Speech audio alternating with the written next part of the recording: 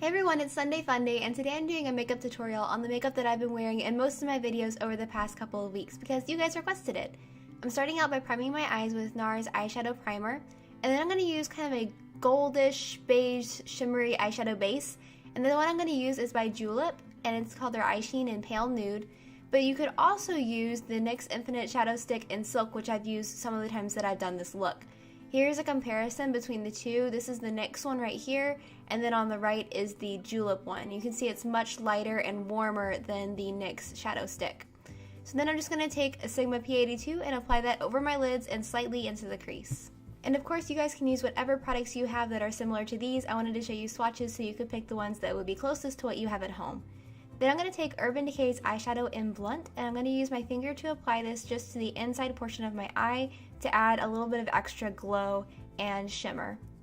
Now that we've added that brightness to the eyes, we're going to go into the crease with Trick from Urban Decay's Naked 3 palette, and then I'm going to be using a Sigma E25 to blend that out.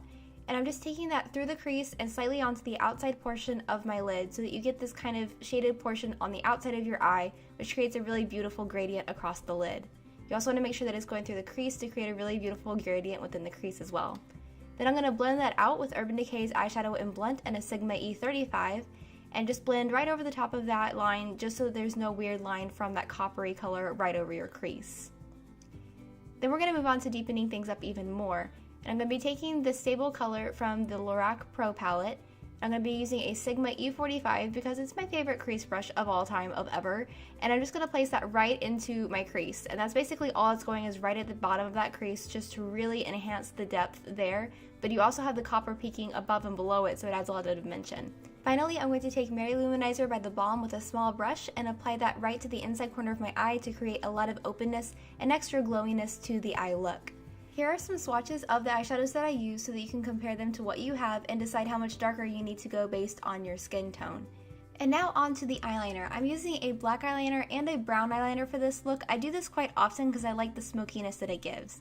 I'm starting out with the brown, and I'm actually creating a slight wing because I always do that on my eye shape, but it's definitely not essential to this look if you don't like to wear a wing on your eye shape. Then I'm going in with the black and going right against my lash line. So basically you see the brown peeking up over the black, but the black gives that great smoldery smokiness right at the base of the lashes. So you get the intensity from that, but the smokiness from the brown, and I really like that.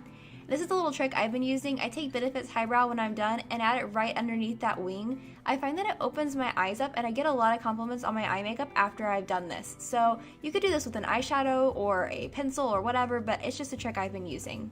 And then we're going to finish off the eye look with some mascara. I'm starting out with my Julep Volumizing Mascara, which is a false fiber one, so it adds little fibers into your lashes, and getting one coat of that on. And then I'm going to do my brows. And I just uploaded last week an entire video on how I do my brows, so that will be linked on the screen right now and in the description box below because I do my brows right now exactly like I do them in that video.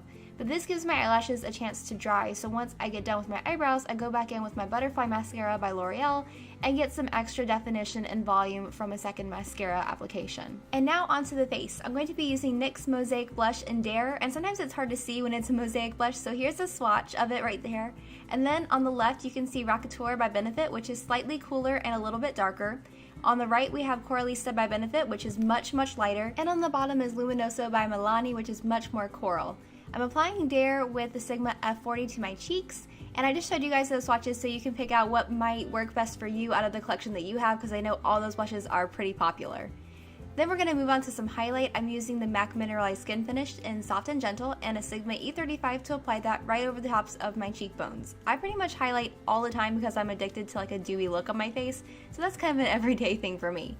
Then I'm using the NYX Butter Lipstick in Sugar Wafer and Flower Beauty Lip Gloss in Baby's Breath for my perfect nude combination.